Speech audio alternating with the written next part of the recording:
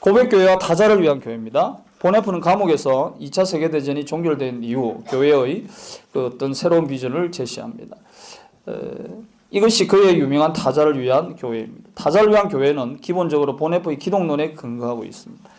보네프에 의하면 나사렛 예수는 하나님의 아들만이 아니라 타자를 위한 인간이었습니다. 그러므로 교회는 예수의 제자 공동체로서 타자를 위한 교회가 되어야 했습니다. 중요한 것은 타자를 위한 교회가 고백교회의 부끄러운 역사와 깊이 연관되어 있다는 사실입니다. 1938년 4월 20일에 고백교회에 속한 목사들은 돌이킬 수 없는 잘못을 범했습니다.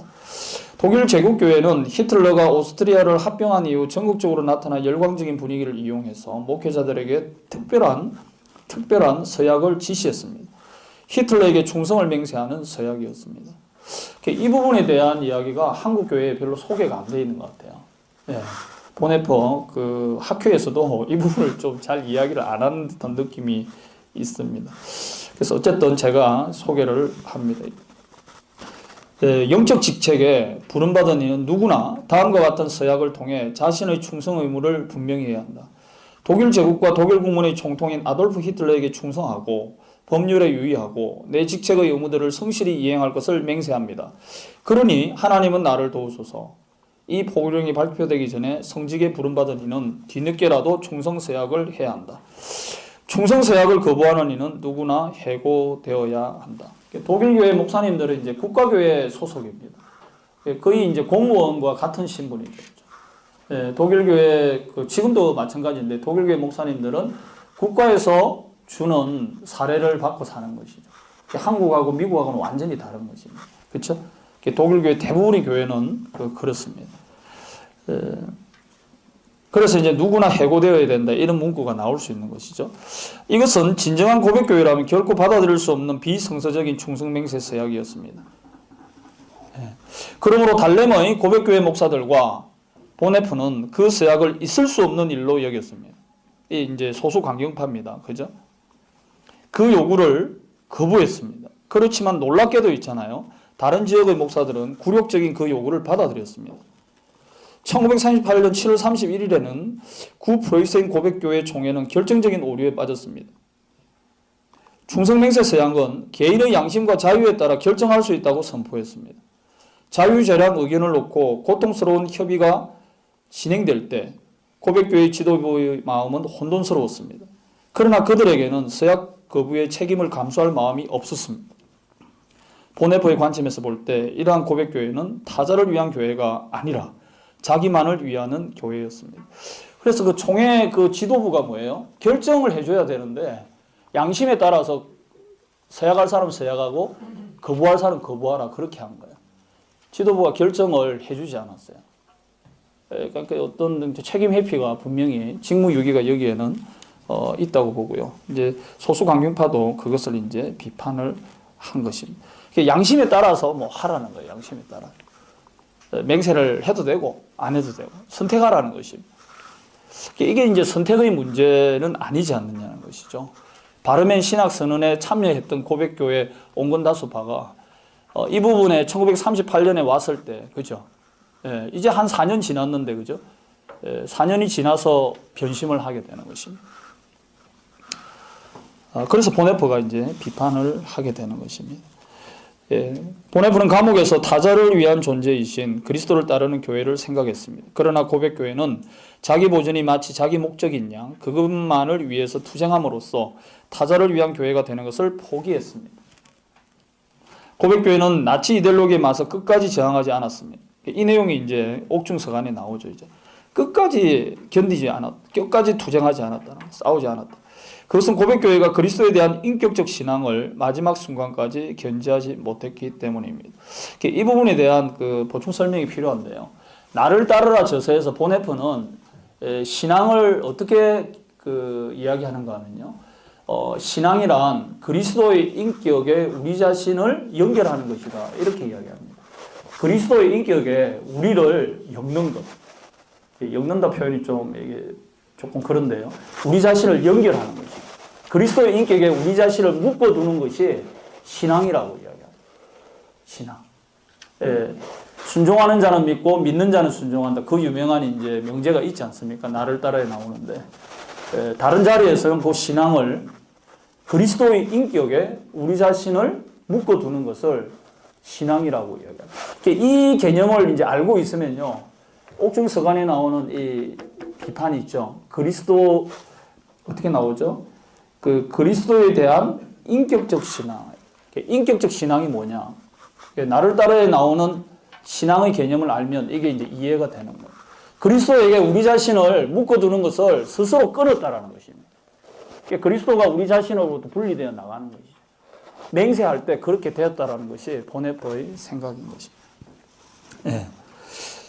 예. 그리스도에 대한 인격적 신앙을 마지막 순간까지 견지하지 못했다라는 것입니다. 보네포는 전후의 독일 교회를 재건하기 위한 고백교회 과제를 생각했습니다. 전후의 독일 교회는 이제 자기 방어로부터 벗어나서 타인을 위한 모험까지 감당해야 합니다. 보네포는 새로운 교회론적인 비전을 이야기합니다. 타자를 위한 교회인데요. 아래와 같이 설명을 했는데 한번 읽어보겠습니다. 교회는 타자를 위해 존재할 때 교회이다. 교회가 된다가 아니고 교회이다라고 이야기하죠. 자인 동사, 비동사를 쓰고 있습니다.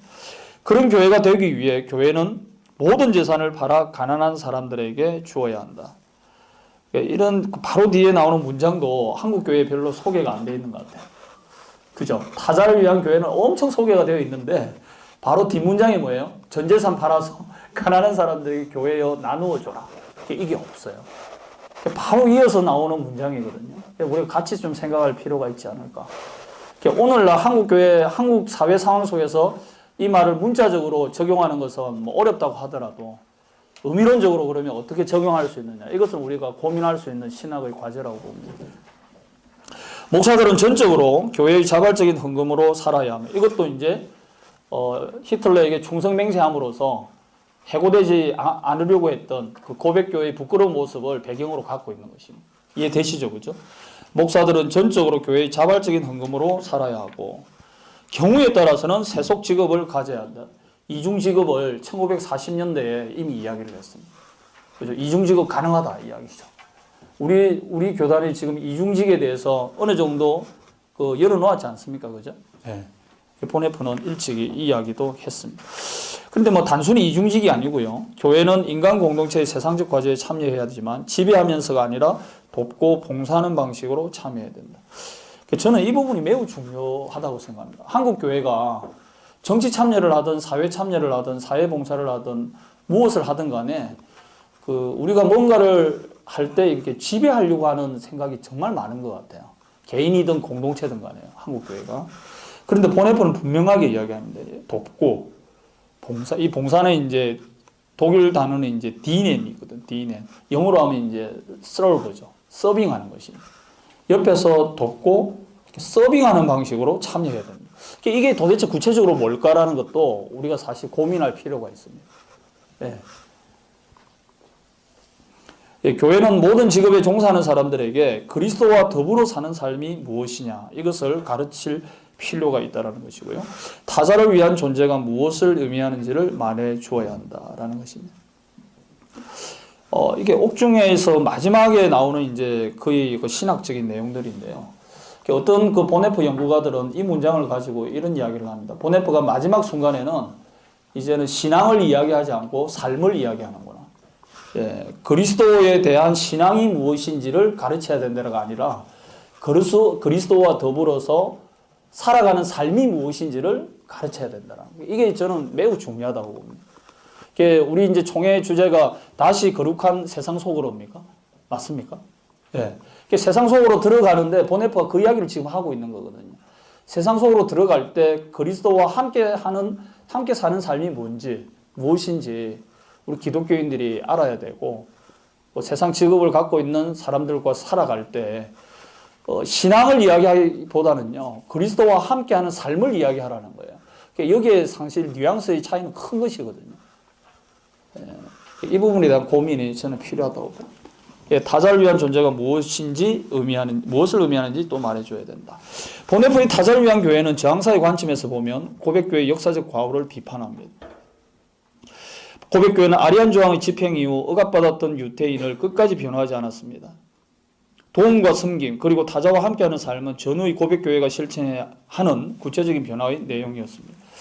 저는 한국교회 타자를 위한 교회, 여기에서 이제 타자와 함께하는 교회 나오지 않습니까? 그죠? 네. 다 좋은데 이 타자를 위한 교회 개념이 왜 나왔느냐라는 거예요. 그 배경에는 부끄러운 고백교회의 그 역사, 부끄러운 역사적 오점, 그 부분이 배경으로 작용하고 있다는 것이죠.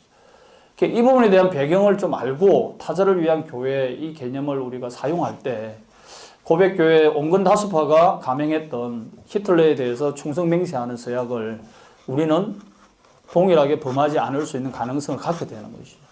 그래서 이게 매우 중요한 것 같고, 그래서 역사가 매우 중요하다. 저는 그런 생각을 해보고요. 이 기독교 윤리학자가 역사가 중요하다는 이야기는 아마 처음 하지 않는가 싶습니다. 그렇죠? 정말 이게 역사적 배경이 중요한 거예요, 정말. 예, 그렇지 않습니까? 예, 존경하는 이영기 교수님이 앉아 계시지만, 교수님께서는 늘 논문을 쓰실 때 보면 앞에 배경을 먼저 중요하게 여기시잖아. 늘 이 배경을 이야기하라고 이야기하시거든요. 예. 정말 배경이 중요해요. 이 타자를 위한 교회 이 개념도 이 역사적, 정치적, 사회적 배경을 갖고 있는 것이죠. 이 배경을 알 때 진짜 이 폭발적인 어떤 의미가 나오는 것이거든요. 적응의 힘도 나오는 것이고.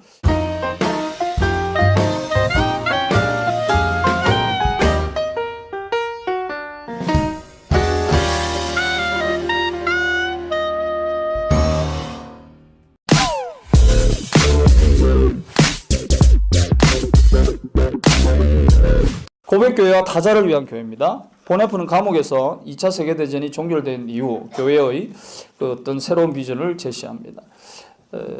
이것이 그의 유명한 타자를 위한 교회입니다. 타자를 위한 교회는 기본적으로 보네프의 기독론에 근거하고 있습니다. 보네프에 의하면 나사렛 예수는 하나님의 아들만이 아니라 타자를 위한 인간이었습니다.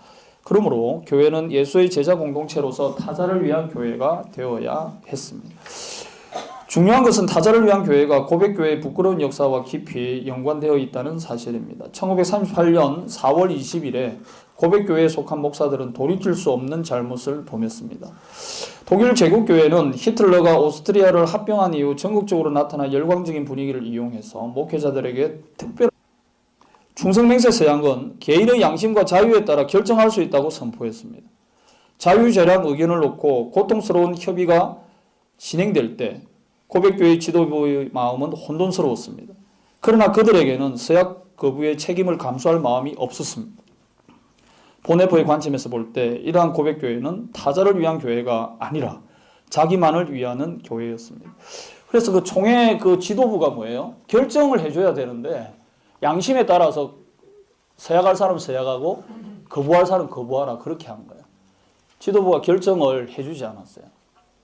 그러니까 어떤 책임 회피가 분명히 직무유기가 여기에는 있다고 보고요. 이제 소수 강경파도 그것을 이제 비판을 한 것입니다. 양심에 따라서 뭐 하라는 거예요. 양심에 따라 맹세를 해도 되고 안 해도 되고 선택하라는 것입니다. 이게 이제 선택의 문제는 아니지 않느냐는 것이죠. 바르멘 신학선언에 참여했던 고백교회 온건다수파가 이 부분에 1938년에 왔을 때, 그죠? 예, 이제 한 4년 지났는데, 그죠? 4년이 지나서 변심을 하게 되는 것입니다. 그래서 보네프가 이제 비판을 하게 되는 것입니다. 예, 보네프는 감옥에서 타자를 위한 존재이신 그리스도를 따르는 교회를 생각했습니다. 그러나 고백교회는 자기 보전이 마치 자기 목적인 양 그것만을 위해서 투쟁함으로써 타자를 위한 교회가 되는 것을 포기했습니다. 고백교회는 나치 이데올로기에 맞서 끝까지 저항하지 않았습니다. 이 내용이 이제 옥중서간에 나오죠. 이제 끝까지 견디지 않았, 끝까지 투쟁하지 않았다, 싸우지 않았다. 그것은 고백교회가 그러한 특별한 서약을 지시했습니다. 히틀러에게 충성을 맹세하는 서약이었습니다. 이 부분에 대한 이야기가 한국 교회에 별로 소개가 안 되어 있는 것 같아요. 예. 보네프 그 학회에서도 이 부분을 좀 잘 이야기를 안 하는 듯한 느낌이 있습니다. 그래서 어쨌든 제가 소개를 합니다. 영적 직책에 부름받은 이는 누구나 다음과 같은 서약을 통해 자신의 충성 의무를 분명히 해야 한다. 독일 제국과 독일 국민의 총통인 아돌프 히틀러에게 충성하고 법률에 유의하고 내 직책의 의무들을 성실히 이행할 것을 맹세합니다. 그러니 하나님은 나를 도우소서. 이 포고령이 발표되기 전에 성직에 부름받은 이는 뒤늦게라도 충성서약을 해야 한다. 충성서약을 거부하는 이는 누구나 해고되어야 한다. 독일교회 목사님들은 이제 국가교회 소속입니다. 거의 이제 공무원과 같은 신분이죠. 독일교회 지금도 마찬가지인데 독일교회 목사님들은 국가에서 주는 사례를 받고 사는 것이죠. 한국하고 미국하고는 완전히 다른 것입니다. 그렇죠? 독일교회 대부분의 교회는 그렇습니다. 그래서 이제 누구나 해고되어야 된다 이런 문구가 나올 수 있는 것이죠. 이것은 진정한 고백교회라면 결코 받아들일 수 없는 비성서적인 충성맹세 서약이었습니다. 그러므로 달렘의 고백교회 목사들과 보네프는 그 서약을 있을 수 없는 일로 여겼습니다. 이 이제 소수 강경파입니다. 그죠? 그 요구를 거부했습니다. 그렇지만 놀랍게도 있잖아요. 다른 지역의 목사들은 굴욕적인 그 요구를 받아들였습니다. 1938년 7월 31일에는 구 프로이센 고백교회 총회는 결정적인 오류에 빠졌습니다.